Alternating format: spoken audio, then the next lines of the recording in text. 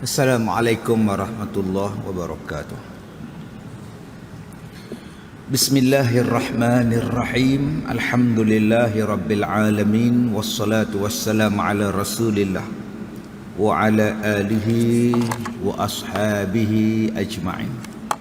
Qala Allah ta'ala fi kitabihil karim. A'udzu billahi minasy syaithanir rajim. Ma nansakh min ayatin aw nunsiha na'ti bi khairin minha aw mithliha alam ta'lam anna Allah ala kulli syai'in qadir. Sadaqallahul azim. Alhamdulillah, kita sambung kitab Muhimmah fil Ilmil Hadis. Kita terus lihat pada muka surat yang ke-29. Telah mengeluarkan khatib di mana-mana perempuan yang keluar daripada rumahnya dengan tiada izin suaminya adalah ia perempuan itu di dalam murka Allah Subhanahu wa taala hinggalah kembali ia kepada rumahnya atau hinggalah redha oleh suaminya. Baik, tuan-tuan yang saya hormati, yang pertama kita lihat di sini tentang seorang isteri yang keluar daripada rumah tanpa izin daripada suami dia.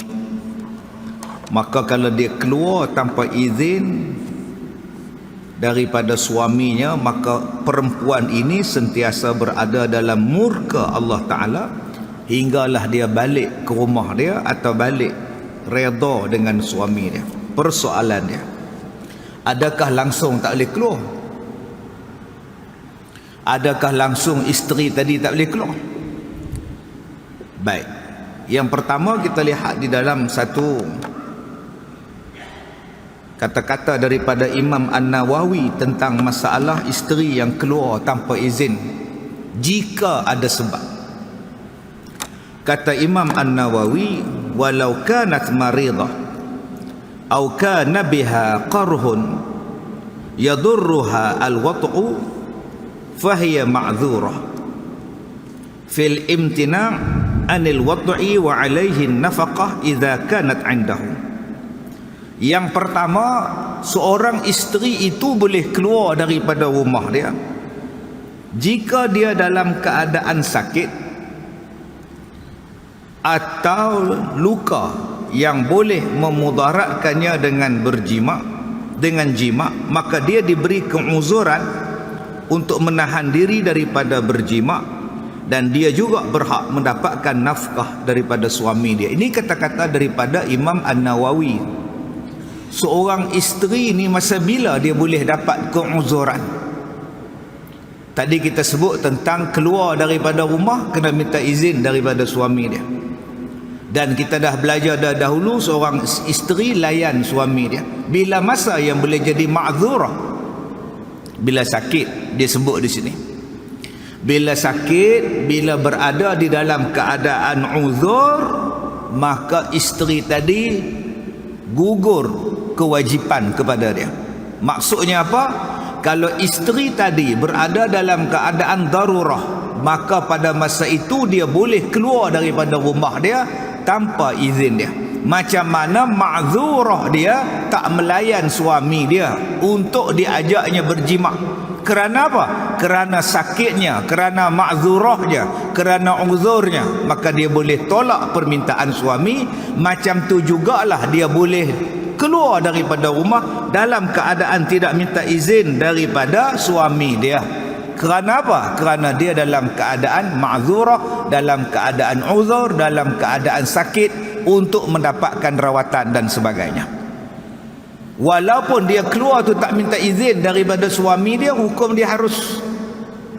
Misalnya isteri sakit, macam mana yang saya katakan tadi, bila isteri tadi sakit, suami ajak bersama, boleh tolak, dia tak berdosa. Suami tak boleh paksa dia kata, abang saya sakit, saya tak boleh layan abang, minta maaf. Maka kaedah yang sama dipakai bila isteri tadi keluar daripada rumah, ada sebab uzur yang dibenarkan oleh syarak, maka dia tak perlu minta izin kepada suami dia, keluarlah. Seperti apa? Sakit untuk mendapatkan rawatan dia. maka dia boleh keluar daripada rumah tanpa izin. Ataupun mencari makan. Disebutkan kepada kita tadi tentang nafkah. Suami tak meninggalkan makan minum dalam rumah tangga dia, tak tahu pergi ke mana, hilang tak tahu mana suami ni, maka isteri ni terpaksa keluar rumah tanpa izin daripada suami dia untuk mencari nafkah, untuk mencari makan, untuk mencari rezeki. Maka hukumnya tidaklah berdosa isteri tadi keluar untuk mencari nafkah, mencari makan. Yang ketiga, seperti mana yang juga disebutkan oleh Imam An-Nawawi dalam kitabnya, idza khafat ala nafsiha aw maliha min fasiqun aw sariqun, kata dia, boleh seorang isteri keluar daripada rumah tanpa minta izin daripada suaminya atas keselamatan. Idza khafat, bila dia takut, ala nafsiha, atas diri dia tadi, au maliha, atau hartanya, min fasiq au sariq, daripada orang yang min fasiq ataupun as-sariq, daripada orang yang fasik, orang yang buat jahat atau yang nak mencuri, maka dia boleh keluar daripada rumah dia tanpa izin daripada suami dia. Suami dia tak ada, tinggal isteri seorang di rumah, datang orang nak mencuri, nak merompak, dia lari ke pintu belakang, menyelamatkan diri dia, maka dia harus keluar. Ataupun datang orang fasik yang nak menceroboh isteri dia, yang nak buat jahat ke atas isteri dia, maka dia pun keluar ke tingkap, lari selamatkan diri dia, maka hukumnya dibenarkan syarak. Jadi tuan-tuan, di sini kita lihat ada beberapa perkara yang membolehkan seorang isteri keluar daripada rumah tanpa izin daripada suami dia. Yang pertama, kerana sakit, uzur, dia nak dapatkan rawatan, nak dapatkan pertolongan kerana dia sakit, maka dia harus keluar tanpa izin daripada suami dia. Yang kedua, diharuskan kepada seorang isteri tadi keluar daripada rumah kerana apa? Mencari nafkah, untuk makan, untuk minum, kerana suami dia tidak meninggalkan biaya untuk perbelanjaan dia, maka hukumnya adalah harus dikiaskan kepada suami yang ajak bersama. Isteri boleh tolak atas sebab-sebab yang saya sebutkan tadi. Yang ketiga, boleh dia keluar rumah untuk menyelamatkan diri dia, nafsiha, menyelamatkan diri dia daripada orang yang fasik, ataupun orang yang nak mencuri, ataupun menyelamatkan nyawanya daripada dibunuh, daripada rumah terbakar, daripada tanah runtuh, rumah runtuh dan sebagainya. Dan yang keempat, boleh dia keluar daripada rumah tanpa izin daripada suaminya untuk menyelamatkan hartanya. Menyelamatkan harta dia. Misalnya orang nak curi kereta dia, dia buat lari kereta dia siap-siap. Orang nak curi barang mah dia, dia buat lari siap-siap barang dia tanpa izin daripada suaminya, maka pada masa itu dibenarkan, diharuskan oleh syarak seorang isteri keluar daripada rumah tanpa izin daripada suaminya.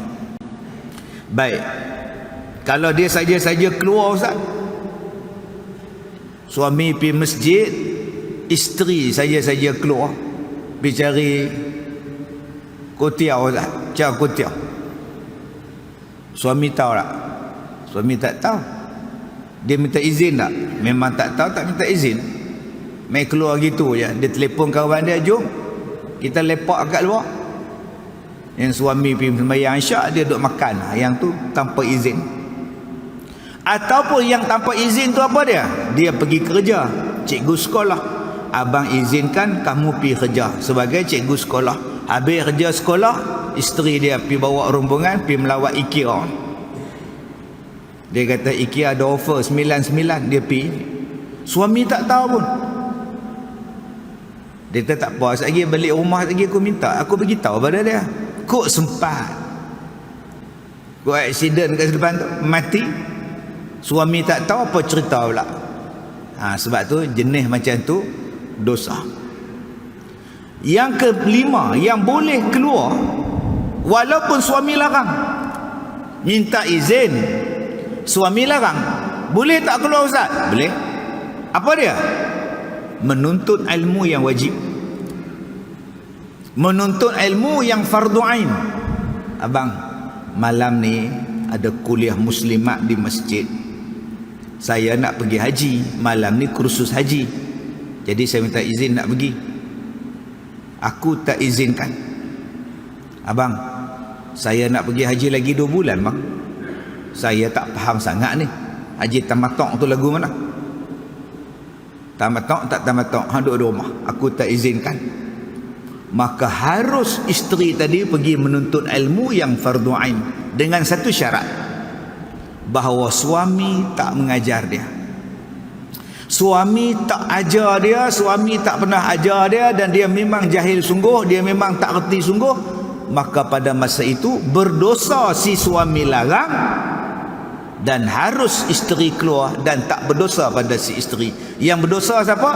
Yang berdosa suami dia, sebab suami dia melarang isteri dia menuntut ilmu. Dan saya katakan tadi, dengan syarat bahawa suami tidak pernah, atau suami jahil, atau suami tak ajar, atau suami alim tapi tak mengajar isteri dia, maka harus seorang isteri tadi keluar untuk menuntut ilmu. Dan syarat lagi ialah ilmu yang nak dituntut itu ialah ilmu fardu ain. Kalau ilmu masak, buat kek, yang tu kena minta izin suami.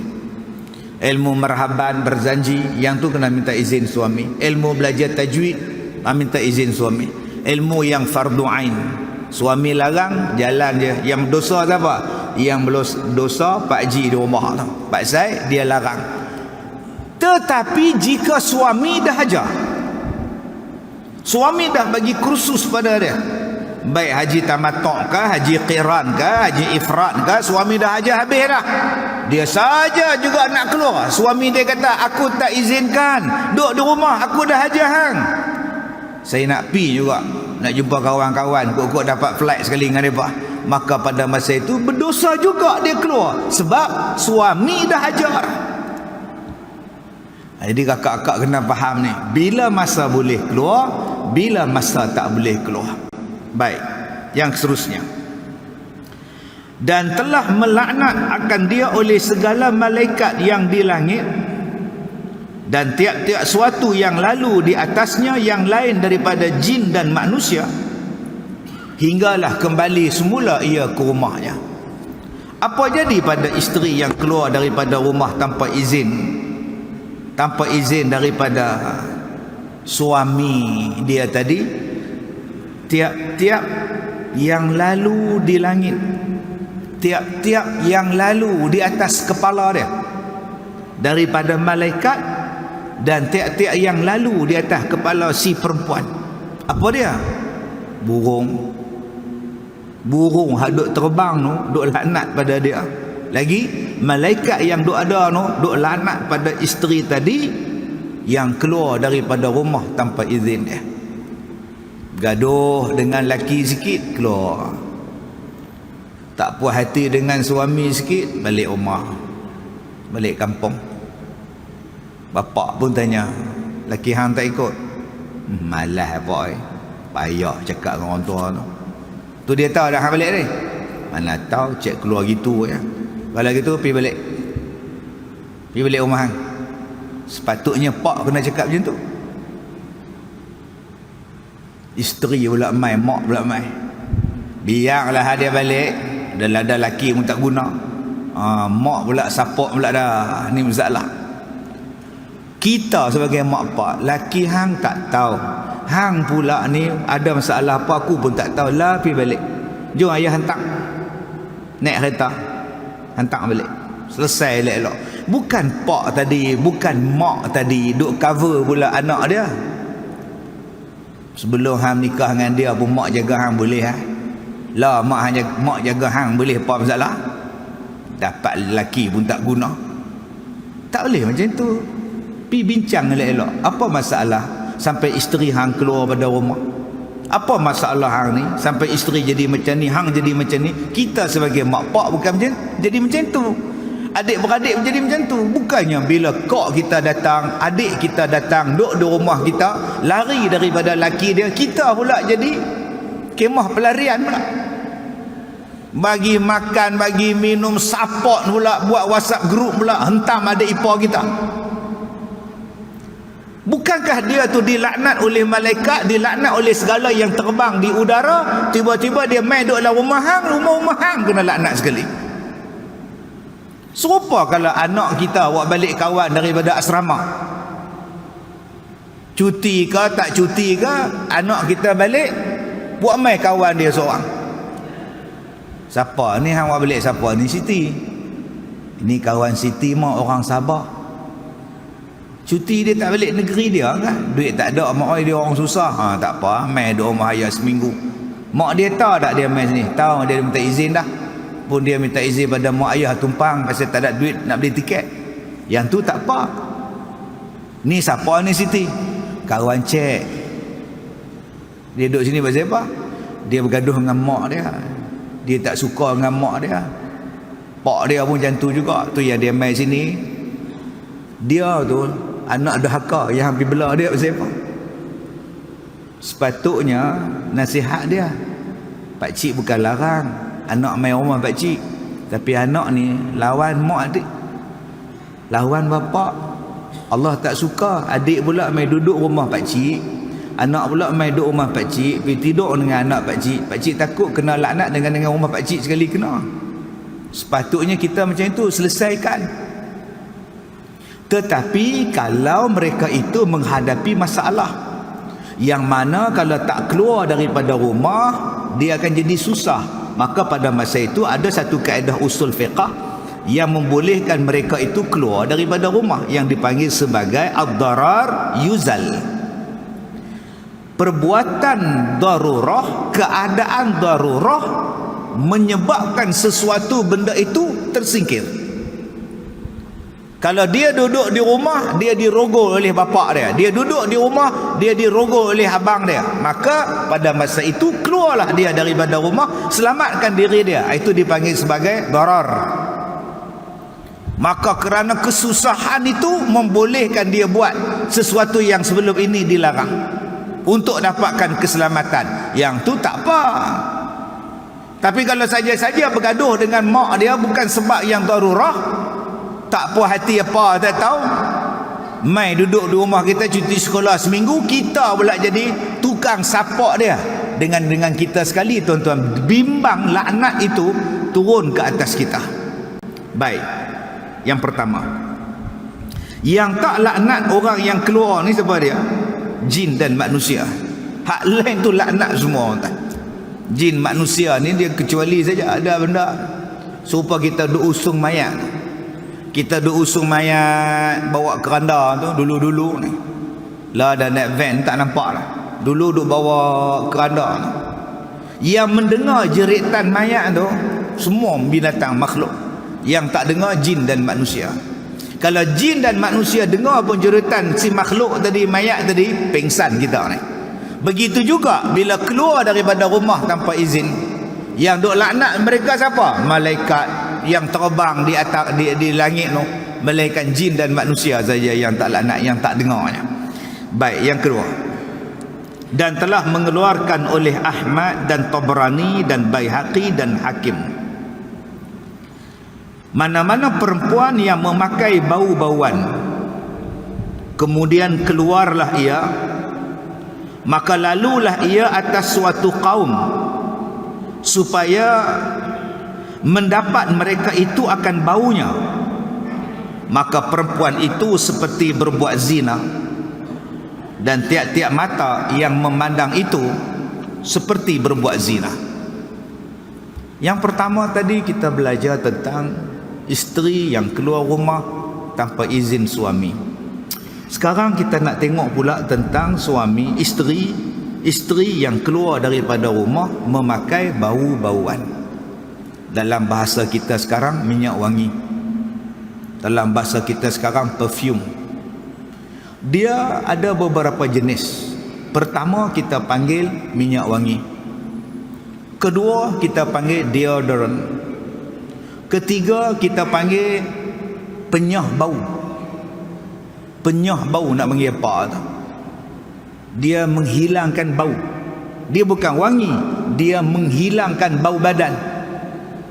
Dulu orang tua-tua kita dulu dia suka pakai satu produk daripada Indonesia. Nama produk tu Hibka. Saya tak tahu ada ke tak ada Hibka lah ni. Hibka ni warna putih. Ambil letak di tapak tangan, bubuh celah-celah ketiak tu, dia menyerap bau busuk, dia menyerap bau peluh, dia menyerap bau ketiak. Akhirnya perempuan tadi tak bau.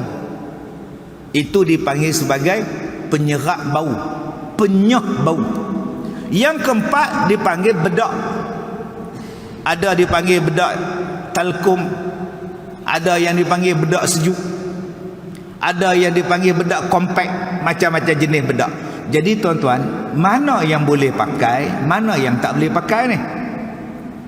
Adakah langsung orang perempuan tak boleh pakai minyak wangi? Dalam hadis ni Nabi kata apa tadi? Kata dia, mana-mana perempuan yang memakai bau-bauan kemudian keluar ia, maka lalu ia atas suatu kaum supaya mendapat mereka itu akan baunya, perempuan itu dosanya seperti berbuat zina. Dan kita yang laki-laki ni yang seronok dengan bau dia, berselera dengan bau dia, kita ni pun dapat dosa zina juga. Masya Allah. Tuan-tuan yang saya hormati, ini yang disebut oleh Nabi SAW dalam satu hadis. Ada 3-4 hadis. Ada yang hadis sahih, ada yang hadis hasan, yang menceritakan tentang wangi-wangian ini. Nabi sebut apa? Ayyumam ra'atin ista'tarat famarrat ala qaumin liyajidu min rihiha fahiya zaniyah. Mana-mana perempuan yang memakai wangi-wangian dan berjalan melewati satu kaum dan didapati bau daripadanya, maka dosanya seperti seolah-olah berzina. Ini ada hadisnya tuan-tuan.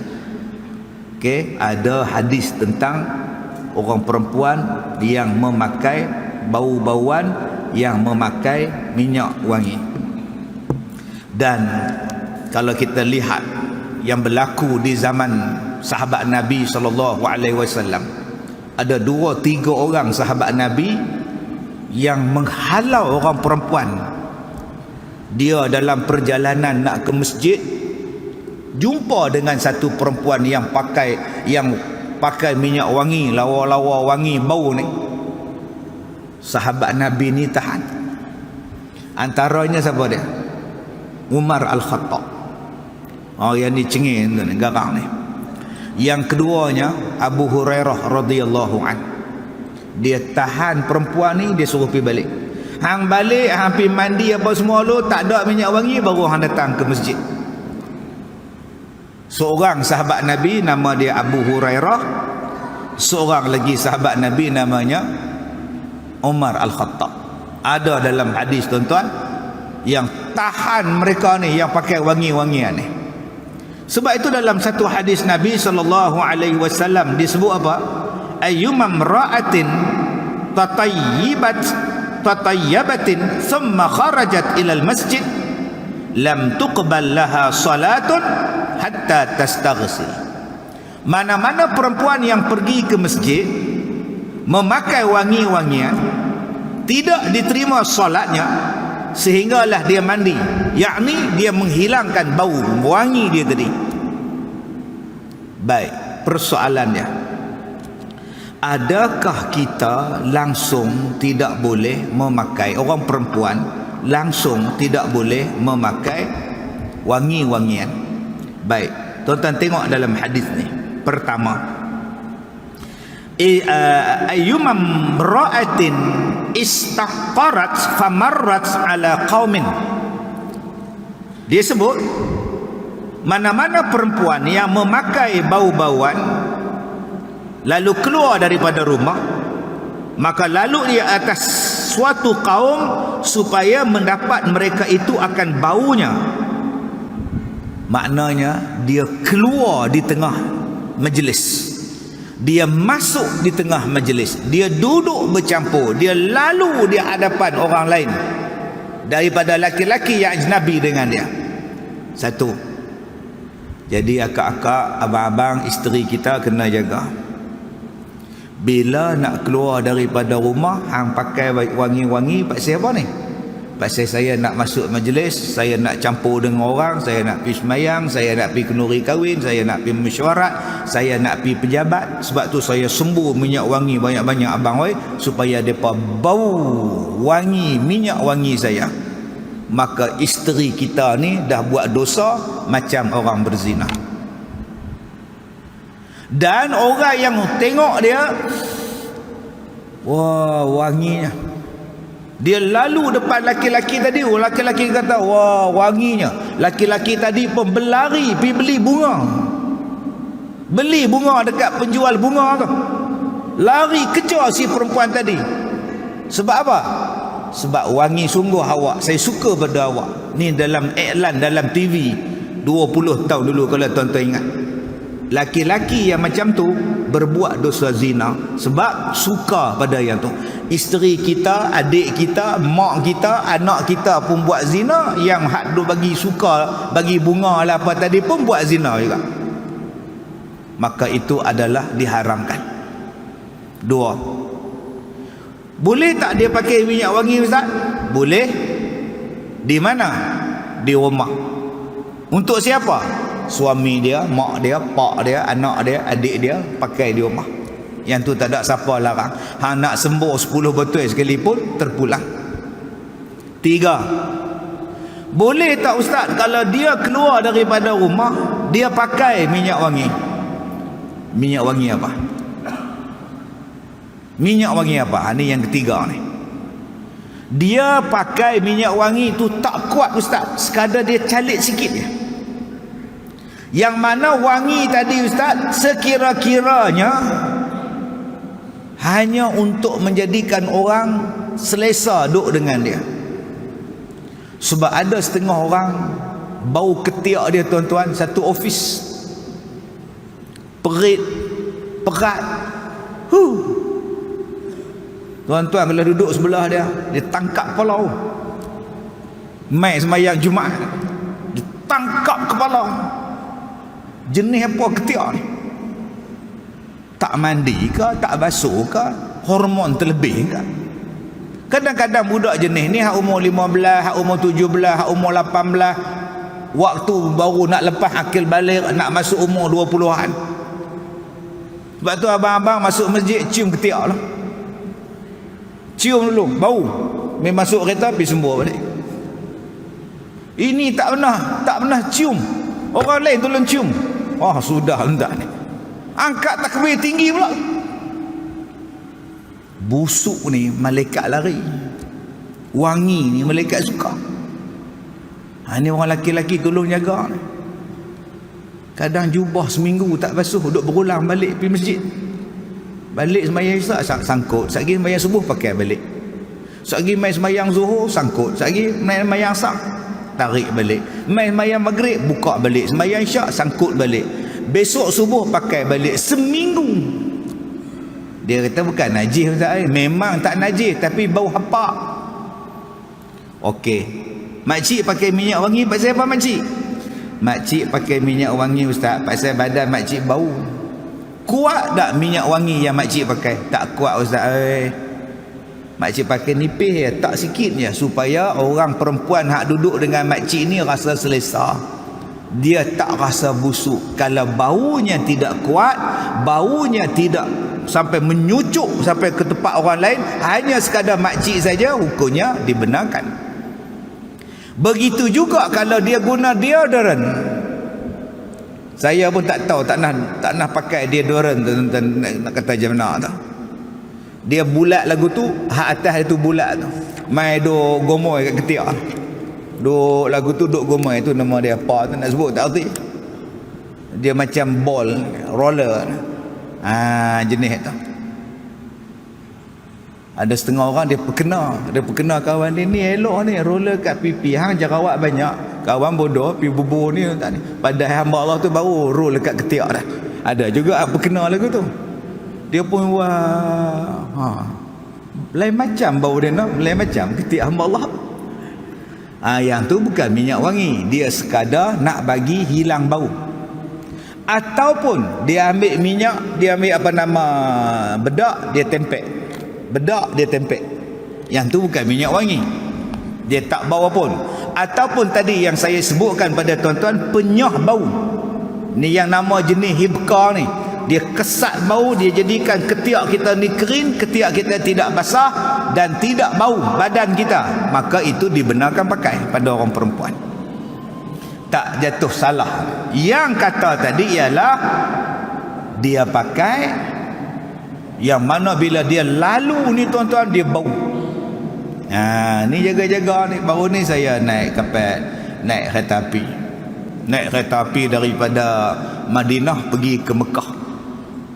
Dalam ihram tu, duduklah ihram naik kereta api laju tu, dia boleh pi 270 sampai 300 km sejam. Mai pramugara tu lalu, Allah wangi satu gerabak. Rasa nak tanya minyak wangi jenis apa. Satu gerabak kereta api tu wangi, dia lalu tu. Ui. Pramugara kereta api bukan pramugara peterbang. Kalau pramugara kereta api pun wangi bau dia, agak-agak pramugari peterbang lagi mana pula. Jadi akak-akak yang kerja pramugari di atas peterbang tu jaga elok. Jangan duk wangi sangat. Sampai satu kapal terbang duk bau wangi kita ni. Takut kita ni tuan-tuan dapat yang kita duk sebutkan. Okey.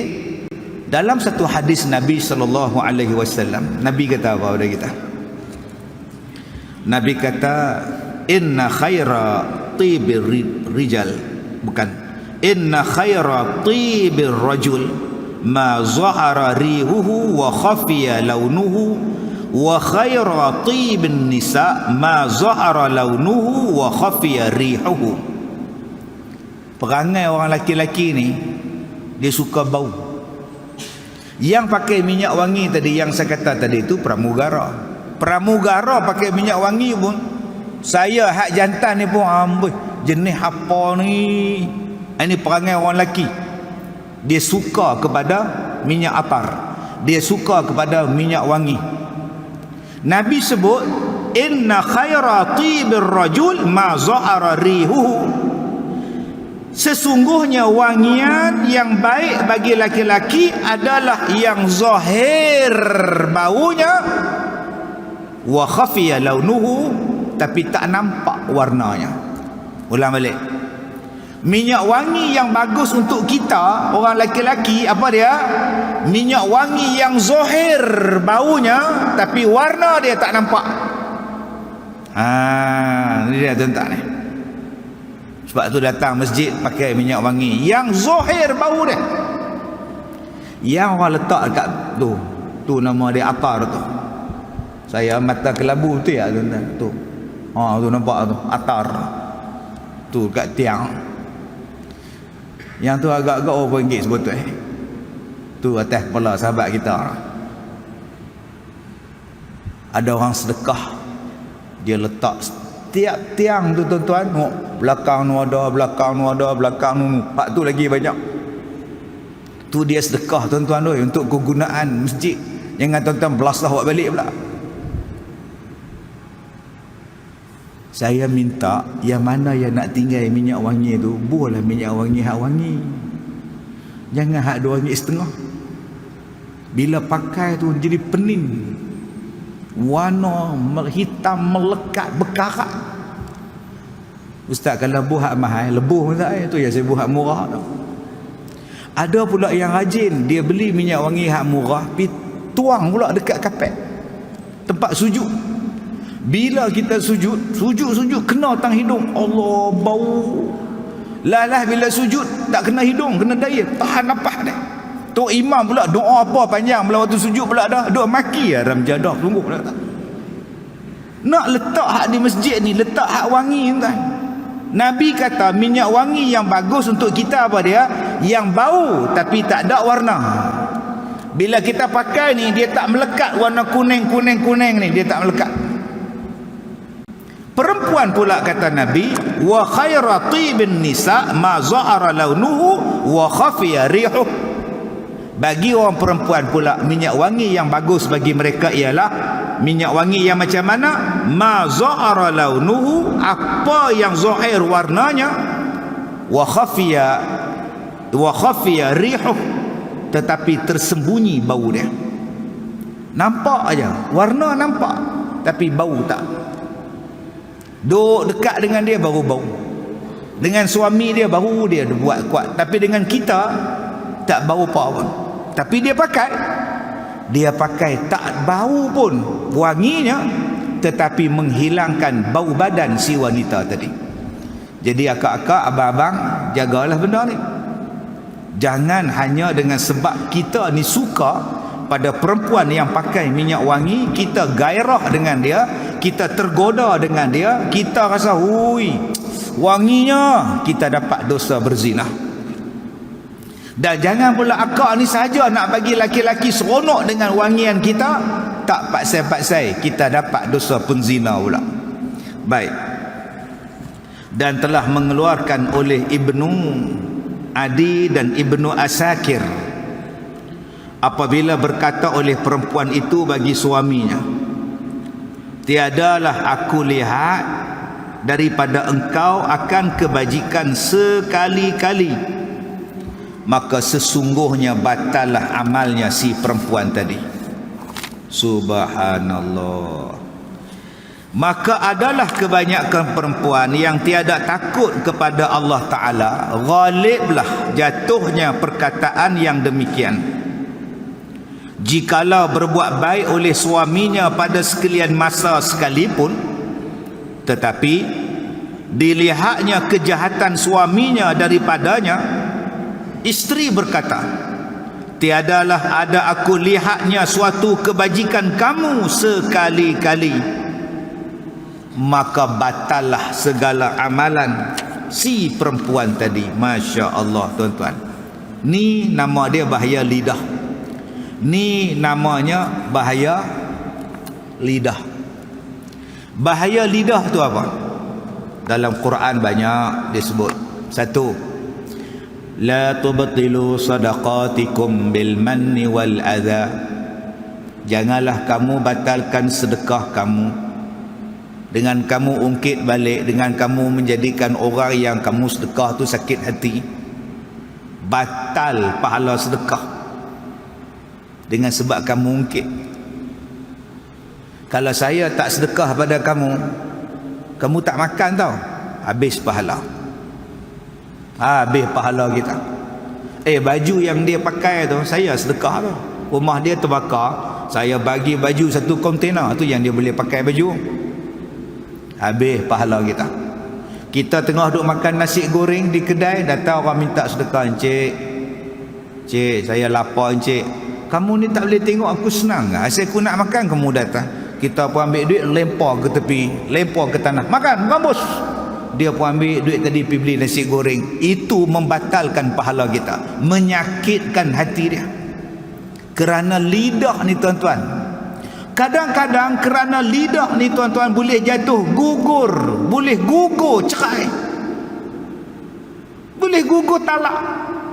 Walaupun bergurau, isteri dia bersalin, balik kampung, tinggal dia seorang. Mat, aku tengok hang ni pagi kat kedai, petang kat kedai, malam makan di kedai, apa bini hang tak ada? Dia cakap, aku dah cerai dah bini aku. Jatuh talak tuan-tuan. Biar betul Mat. Takkan dah cerai? Tak ada lah, saja gurau melawak lah. Hang ni aku melawak pun percaya. Bini aku beranak, aku hantar balik kampung. Pakcik dah jatuh talak pakcik. Lidah main-main, batal tuan. Batal, itu belum masuk syirik lagi. Kata-kata ni, salah satu kata-kata yang membatalkan pahala ialah kata-kata orang perempuan kepada suami dia. Kahwin, suami beli rumah, bagi makan, beli beras, bayar elektrik, bayar air, bayar kereta, buat pergi umrah, buat pergi haji, balik kampung, buat berjalan pergi Langkawi, hari tu berjalan pergi Korea, hari tu nak barang mah, beli barang mah, kemarin nak Kuwait, beli Kuwait, apa hak isteri minta bagilah. Satu hari suami ni bocor rahsia menikah lain.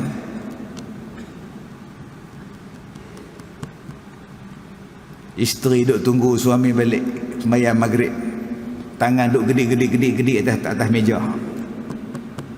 Abang dari mana? Masjid. Masjid ke bini baru? Masjid. Abang jangan kelentong lah abang, rahsia abang dah bocor. Oh, bergaduh. Bila bergaduh, isteri kata, abang ni memang selama ni tak pernah jaga saya pun, abang selama ni tak pernah buat baik dengan saya pun. Yang rumah hang duduk selama ni, pinggang hang dulu 24, lah 42, tak baik. Berat hang dulu 38 kilo, lah 83 kilo, tak baik. Dulu hang bukan hajah, hang hajah dah aku bawa, hang kata aku tak baik lagi. Beramai lah abang. Jantan tak guna, memang selama ni pun abang tak peduli kat saya. Tuan-tuan, dengan satu perkataan tadi, selama ni abang tak nak buat baik dengan saya pun, batal seluruh amalan si perempuan tadi. Masya Allah. Sekali tuan-tuan tanya pula, ada dalil tak Ustaz? Tu dalil dia, kitab tu lah, dalil apa? Dah dalil dia Ustaz tu, dalam kitab tu dia tak sebut hadis Ustaz. Kita hari ni silat sikit-sikit dalil, sikit-sikit dalil, itu masalah kita, pening kepala kita ni. Sebab itu Nabi SAW sebut, wa uritun nar, aku tengok dalam neraka, kata Nabi, wa uritun nar, aku tengok dalam neraka, falam ara manzara kal yaumi qattu afqa. Kata dia, aku tengok di dalam neraka dan tidaklah aku nampak pemandangan, falam ara manzaran kal yaum qattu afza wa raaitu aktsara ahliha an-nisa, kata Nabi. Aku tengok dalam neraka dan tidak ada pemandangan yang lebih mengerikan melainkan pemandangan di dalam neraka pada hari itu. Wa raaitu, dan aku nampak, aktsara ahliha, kebanyakan penghuni neraka, an-nisa, adalah daripada orang perempuan, kata Nabi. Lalu sahabat bertanya, ya Rasulullah, kenapa ya Rasulullah? Rasulullah menjawab, bikufrihin, kerana sebab kekafiran mereka. Kekafiran mereka. Nampak tuan-tuan, sahabat-sahabat Nabi ni kekafiran. Kekafiran kepada Allah, ya Rasulullah. Kalau tengokkan orang perempuan suruh pakai tudung, bukan setakat bertudung, berpurdah mereka pakai. Bukan setakat mereka ni paling rajin puasa. Puasa sunat setiap Isnin Khamis, 3 hari dalam sebulan. Orang perempuan paling rajin puasa. Orang perempuan paling rajin buat Quran awal. Laki-laki jarang. Hak duk baca Quran banyak perempuan. Yang datang kuliah muslimat penuh. Kuliah asar, kuliah duha. Yang rajin sedekah pun perempuan. Dibukanya gelang emas, dibukanya gigi emas. Macam mana perempuan jadi ahli neraka pula ya Rasulullah? Ni soalannya. Sedangkan kalau kita tengok sekarang ni tuan-tuan, orang perempuan yang mendahului dalam buat baik ni. Nak sedekah pun depa, bela anak pun depa, beranak pun depa, bela mak mertua pun depa, bela mak kandung pun depa, semua orang perempuan. Tang mana pula yang jadi ahli neraka ni? Nabi kata bikufrihinna, sebab kekufuran mereka. Adakah kekufuran kepada Allah? Tak. Nabi sebut yakfurna al-ashir wa yakfurna al-ihsan. Mereka itu mengingkari kebaikan suami mereka dan mereka mengingkari kebaikan orang lain. Tu dia tuan-tuan. Salah satu punca yang masuk neraka ni ialah mengingkari kebaikan suami. Hanya dengan sekali suami buat salah, kebaikan 30 tahun lupus, pangkah terus.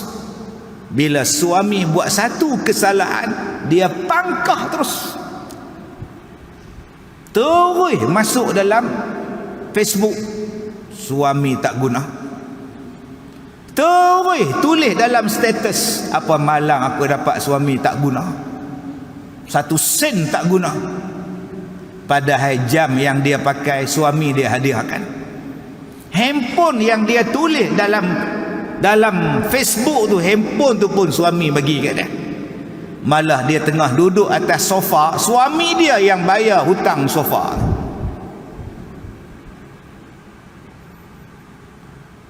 Saya sampai awal, bertolak awal tapi sampai lambat, jalan jam. Sepanjang saya duduk jam tu tuan-tuan, daripada juru, sebelum juru, batu kawan apa semua tu, berapa banyak saya tengok suami-suami laki-laki yang naik motor, hujan, cari duit, naik motor, pakai helmet, pakai baju hujan, naik. Tu belum masuk lagi yang duduk bawah jambatan tunggu hujan seriat. Nak sampai ke kepala batas ni, tahu apa banyak tuan-tuan yang saya jumpa tadi, hak naik motor lah, tak kerja apa tak tahu lah, nu daripada pulau tu turun daripada jambatan, bukan sehari, berhari-hari cari duit. Belum masuk lagi yang beg hijau di belakang, kotak oren di belakang, kotak merah, jambu merah, hati pink color, duk hantar nasi ke orang, hantar lauk ke orang, hantar makanan ke orang, lambat hantar kena maki pula. Tengah-tengah malam baru balik. Tuan-tuan tengok hak driver Grab kena bunuh, mayat kena bunuh dalam bonet kereta, sumbat. Cari duit. Untuk siapa tu? Untuk isteri, untuk anak-anak. Bila bergaduh, isteri kata, abang tu memang tak boleh harap. Abang tu memang masa bergaduh tak ada abang dah, hang terus. Bergaduh di mahkamah, hang 30 tahun, 15 tahun, 10 tahun. Yang hak laki ni jenis baik tu, no, tak boleh harap, jantan tak guna. Kau tak baca lah hadis ni? Dah betul Ustaz. Memanglah dia bagi makan beras tu tanggungjawab dia. Memanglah dia bagi rumah kat saya tu tanggungjawab dia. Siapa pula? Tapi hak dia bergatai tu jahat dia, bukan tanggungjawab dia. Dia bergatai 1 tapi dia baik 100 lah. Kau tak boleh tengok baik dia hak 100. Serupalah abang-abang pun, isteri kita tu punya baik. Sekali dia buat salah, kita perlempang dia pasal apa? Pi terajang dia pasal apa? Pi tolak dia jatuh, kepala ni kena dekat bucu meja ni, terbelah kepala ni. Pasal apa yang abang pi tolak? Mulut jahat Ustaz. Saya hilang sabak dah. Hilang sabak apa? Dia beranak 8 anak, hang dia beranak, hang lupa jasa dia. Kurang ajar sangat tu ya, bagi dia, bagi sekali. Siapa suruh bagi? Pak saya. Elok hang dengan pak hang sama ya. Tak bolehkah bila ada krisis dalam rumah tangga, jangan tengok buruk, tengok baik dulu. Bila kita duk tengok kepada buruk dia, Habis. Nabi kata yang aku nampak dalam neraka yang perempuan ramai tu pasal apa? Yakfurnal ashir wa yakfurnal ihsan. Lau ahsanti ila ihdahunna ad-dahra kullahu thumma ra'at minka syai'an qalat ma ra'aitu minka khaira qattu. Kata dia, jika engkau berbuat baik kepada salah seorang di antara mereka bertahun-tahun lamanya, kemudian mereka melihat darimu sesuatu kesalahan, maka mereka mengatakan, aku tidak pernah lihat kebaikan daripada kamu, wahai suamiku. Maka perempuan yang macam ini dipanggil apa? Yakfurnal ashir. Kufur kepada suami dia, kufur kepada nikmat yang suami dia bagi pada dia. Maka batallah segala amalan ibadat yang perempuan tadi buat. Walaupun duk puasa tiap-tiap hari, baca Quran tiap-tiap Quran awal, duk sedekah siang malam, tapi tak hormat kepada suami dia, membatalkan segala pahala dan ibadat yang dia buat. Masya Allah. Sekebaikan kadang-kadang kita lupa. Kita ni duk buat benda baik sekali, dia mari duk buat baik banyak kali, mai sekali hak satu benda tu menjadikan kita hilang pertimbangan. Maka kita pun kata dekat dia benda-benda yang menyakitkan hati suami. Kadang-kadang ada suami yang jenis dia tak kata apa, dia mata duk tengok TV JDT lawan Terengganu, tapi hati ni duk merekam, hati ni duk menangis. Dia bukan duk tengok tuan-tuan bola tu, mata aja tengok bola, tapi hati duk teringat apa hak isteri kata. Pak hang tu kali harap Pak hang tu kan belum mak. Anak-anak sambil duk makan nasi duk dengar mak dia duk cakap. Harapkan pak hang, pak pun tak ada. Pak pun tak ada, dia kata. Okey ustaz, kalau betul suami tu tak betul, macam mana cerita tak? Baik, ada syarat ni. Oi, 3 pelajaran kita baca malam ni, 3-3 ada syarat. Nak keluar daripada rumah ada syarat dia. Nak pakai minyak wangi tadi ada syarat dia. Seorang isteri nak kata kepada suami dia pun ada syarat dia. Apa syarat dia yang boleh mengatakan pada suami yang suami itu tak betul? Dan apa yang menjadikan amalan batal pahala? Amalan itu akan jadi batal pahala seorang isteri bila dia kata pada suami dia secara umum, memang selama ni pun abang tak jaga saya pun. Memang selama ni awak ada tanggung saya. Memang selama ni awak ada kisah ke tentang saya? Tak ada kan? Itu cara tu. Yang ni yang merosakkan pahala isteri ni. Dia cakap overall. Tapi kalau isteri tadi bercakap khusus, abang selama ni memang abang bagi makan saya, memang abang jaga makan minum kami anak beranak, tapi saya nak komplain satu je, abang tak hormat mak saya. Yang tu tak apa. Ada selama ni abang hormat mak saya. Mak saya datang, ada abang salam dengan dia, ada abang tegur dia, abang makan dengan dia, dia ada. Mak sampai abang keluar, mak keluar abang sampai. Yang tu tak membatalkan, sebab dia tak menafikan baik suami dia. Saya tak nafikan, saya pergi umrah abang bawa, saya pergi haji pun abang bawa, terima kasih abang. Tapi saya nak komplain, abang suka menjatuhkan air muka saya depan kawan-kawan saya. Saya pun ada maruah bang, abang suka condemn saya malu bang. Yang tu tak apa, sebab dia tak menafikan kebaikan suami dia. Dia tak menafikan. Tapi kalau suami dia buat baik dan isteri kata overall,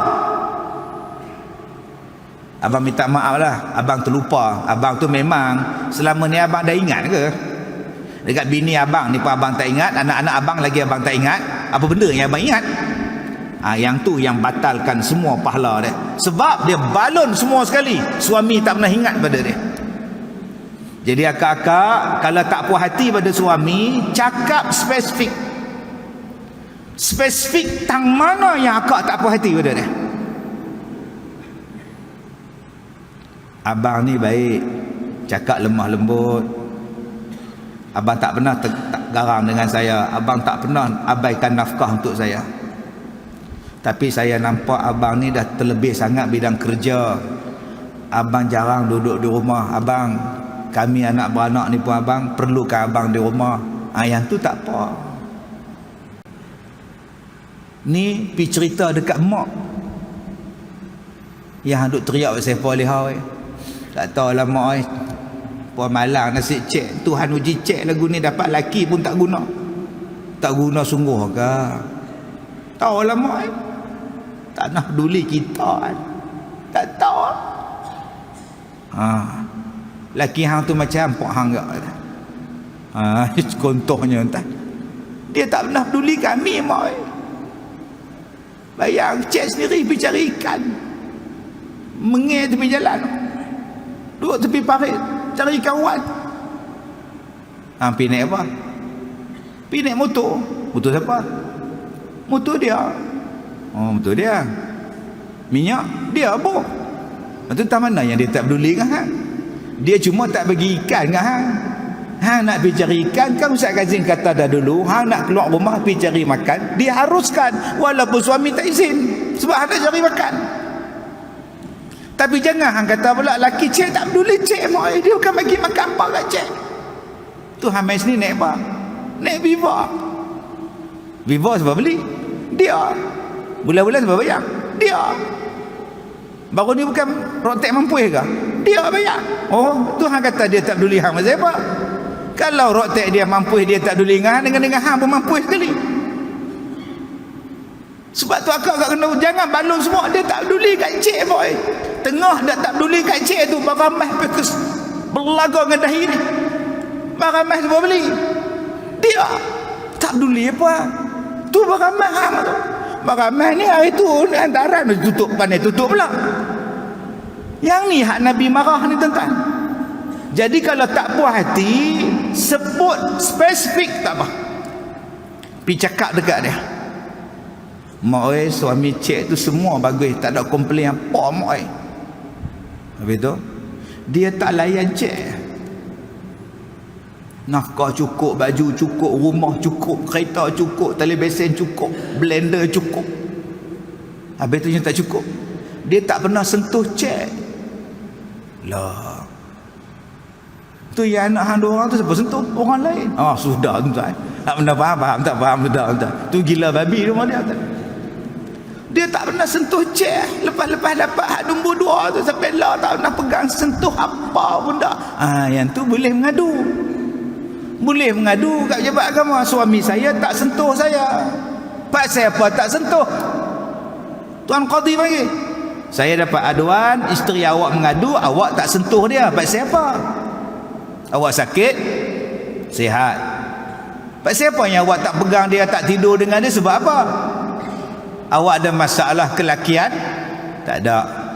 Habis tu? Tahu saya rasa macam mana tau? Rasa tak tahu, tak tahu. Tak boleh tengok dia. Bila tengok jadi macam mana tahu? Tak tahu. Dia tak tahu. Tuan Qadi kata tak apa, hang cerai dia, saya boleh ambil dia. Ni pun tak guna punya Tuan Qadi juga. Jahatnya Tuan Qadi ni. Sebab ada sihir. Ada sihir memisah. Ma yufarriqu bainal mar'i wa zawji. Sihir yang memisahkan suami isteri. Bila tengok jadi benci, bila tengok jadi benci. Ada kes yang tak boleh tidur dengan isteri dia sebab isteri dia tu nusyus. Sebab tu dia tak tidur. Dia pergi jumpa Tuan Qadi, dia kata, "Tuan, isteri saya nusyus. Buat apa saya nak tidur dengan dia? Dia tak hormat saya." Dia keluar rumah. tak minta izin, dia keluar dengan jantan tak minta izin, dia ada WhatsApp group semua jantan belaka. Saya dah tegur banyak kali, dia tak mau juga. Saya tegur banyak kali, dia duk buat juga. Saya malah pegang dia. Ada sebab. Sebab tu ada sebab suami tak tidur dibenarkan, dan ada sebab yang tidak dibenarkan. Yang tu pelajaran akan datang. Bila masa wajib suami pilihan isteri, dan bila masa tak wajib. Abang-abang kena layan isteri.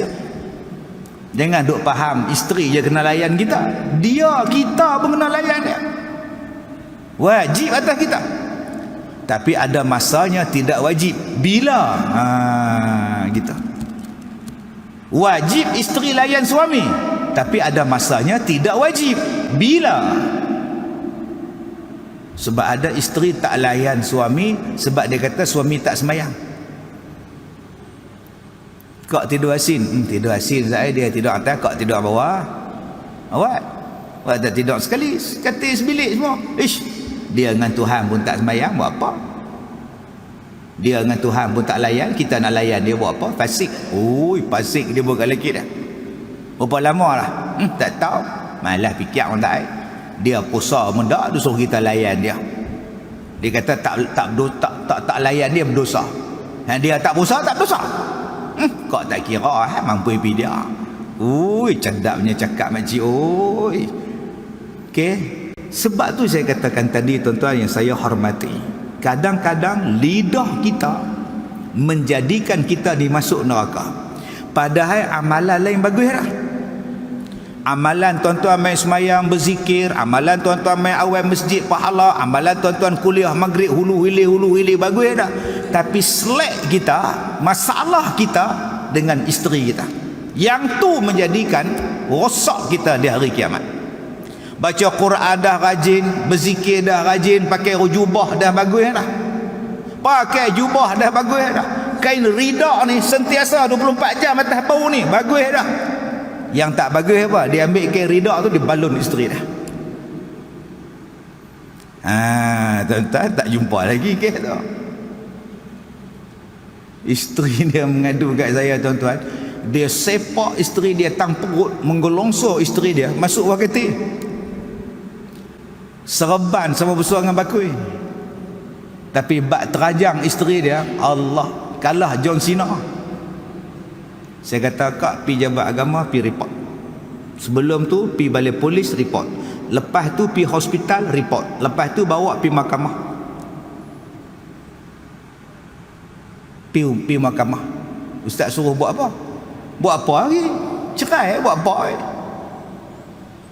Tapi kak tak mau cerai. Kalau tak mau cerai, sabar. Kak tak sabar lah Ustaz. Kalau tak sabar, cerai. Kau tak mau cerai. Sabar. Tak mau tadi nak sabar Ustaz. Kalau gitu cerai. Kau tak mau cerai Ustaz. Saya hilang sabar kau. Hak mata kau bengkak, perut kau pecah usus, kau nak sabar apa lagi? Cerai ni menyelesaikan masalah yang banyak tak boleh selesai waktu hidup bersama. Dengan cerai banyak masalah boleh selesai. Begitulah mati menyelesaikan banyak masalah. Tapi orang tak mau mati. Tak maulah mati, tak mau mati. Padahal mati ni menghilangkan banyak benda-benda dunia ni, duduk dalam kubur aman. Tapi dengan syarat kita buat bekal banyak-banyak. Bila mati kita duduk dalam kubur memang aman. Tapi kalau amalan tak ada, lagi susah daripada atas dunia ni. Jadi tuan-tuan yang saya hormati, kesimpulan daripada kuliah kita 3 perkara malam ni. Pertama, jom jaga isteri kita tentang wangi-wangian dia. 2, berikanlah hak kepada isteri kita yang secukupnya supaya mereka tidak menjadi nusyus. Sebab kadang-kadang mereka nusyus sebab kita tak memberikan hak pada mereka. Yang ketiga, pastikan bahawa bila kita ada masalah suami isteri, Jangan tengok buruk masing-masing, tengoklah kebaikan. Yang baik itu menghilangkan buruk, dan jangan besarkan yang buruk, sebab setiap orang ada keburukan masing-masing. Besarkan kebaikan masing-masing. InsyaAllah tuan-tuan, pada kuliah yang akan datang, jika izin daripada Allah, kita akan baca pula apa hukum isteri minta izin daripada suami tanpa sebab yang dibenarkan syarak. Ada ke Ustaz? Apa tak ada? Apa tak ada? Contoh, dia tak mau dekat lelaki dia sebab dia bercinta dengan jantan lain. Dia suka dengan lelaki lain, dia kata, abang, saya minta cerai. Kenapa? Saya tak suka dengan abang. Atau kamu dah ada orang lain dah? Dia tak jawab tau, dia hangguk kepala. Cara dia jawab tu menyakitkan hati. Kamu dah ada orang lain ke? Cara jawab tu. Macam mana Ustaz tahu Ustaz? Saya kan pelakon tuan. Saya tahu sebab saya dah duk handle benda ni tuan-tuan berpuluh-puluh tahun. Dia selamba rock datang saya, Ustaz, saya nak bercerai. Masalah? Tak ada masalah. Dia lah takkan tak ada masalah. Tak ada masalah, suami saya okey. Dia punya ni not bad. Okey lah, muka pun nampak not bad lah kan. Gaji pun okey. Cuma saya nak balik pada kawan saya. Waktu kita sekolah dulu, kita bercinta tapi tak kahwin. Baru ni kita jumpa reunion, dia sepakat nak kahwin. So saya dah minta ustaz tolong cakap pada suami saya nak tak cerai, tolong ceraikan saya. Kenapa libatkan saya pula dalam kes ni? Sebab suami saya peminat ustaz.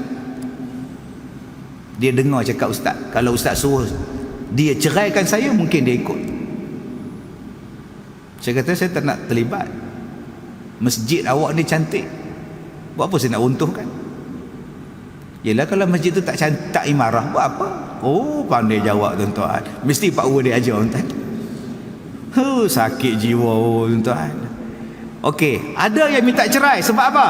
Mak bapak dia tak ngam dengan mak bapak dia. Datang suami isteri, ustaz, mak saya, isteri saya tak suka. So dia minta cerai sebab dia tak suka dekat mak saya. Saya tanya pada isteri dia, Kak tak suka dekat mak abang, mak mentua kak, yang kau dah minta cerai pasal apa?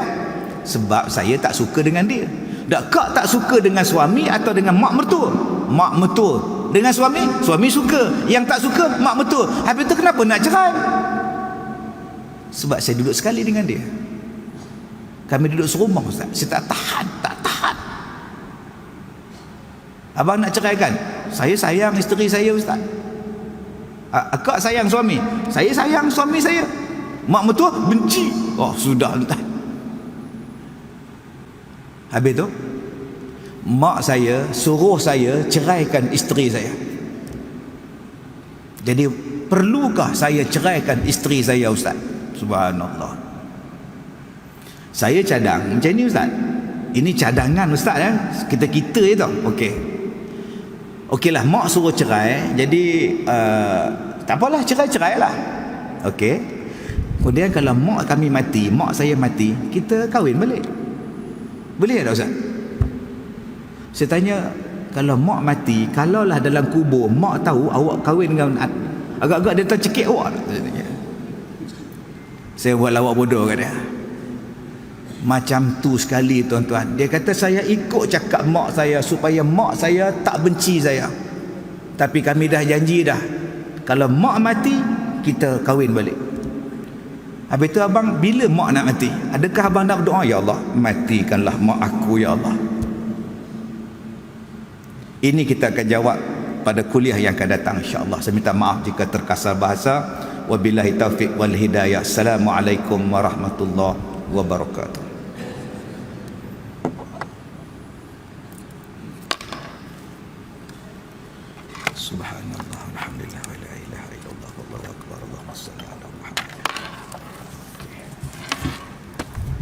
Gitu, ada